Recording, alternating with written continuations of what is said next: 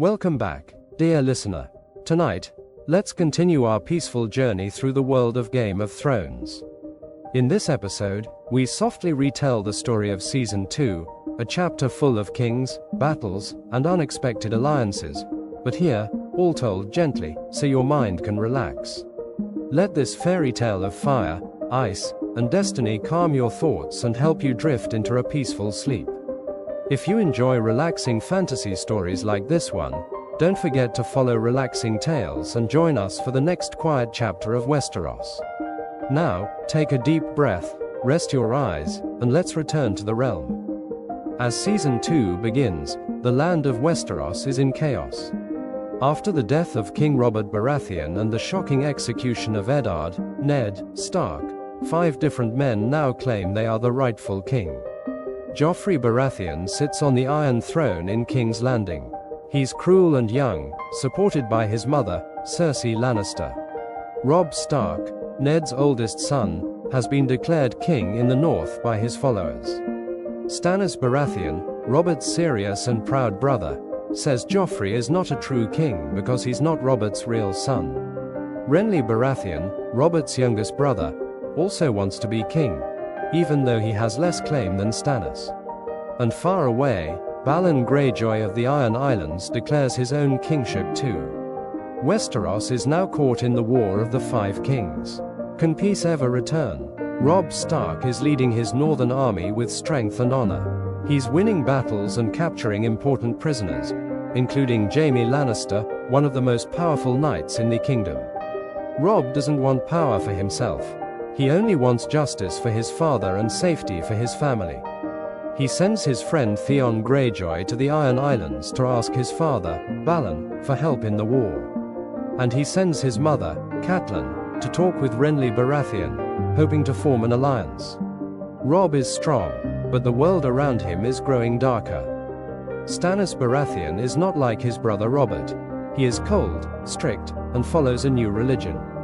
A mysterious woman in red robes called Melisandre becomes his guide.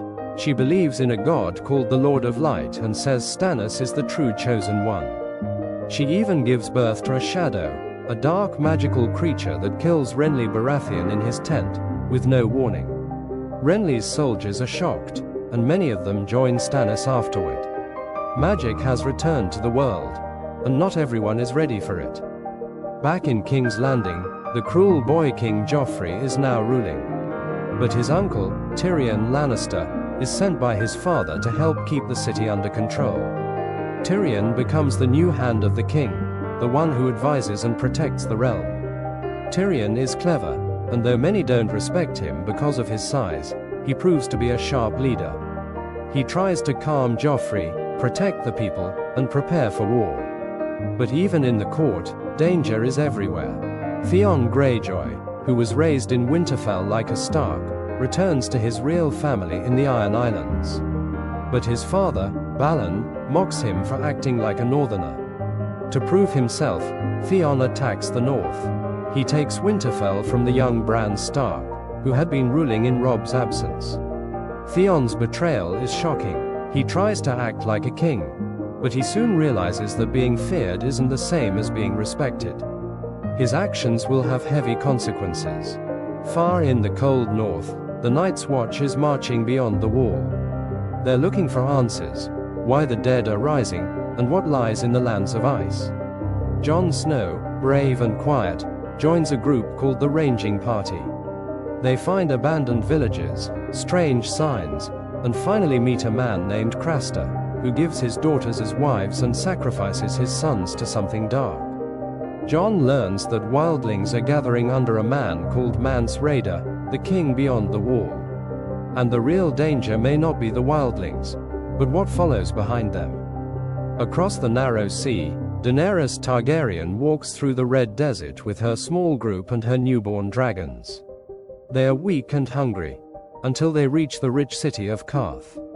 At first, they are treated like guests.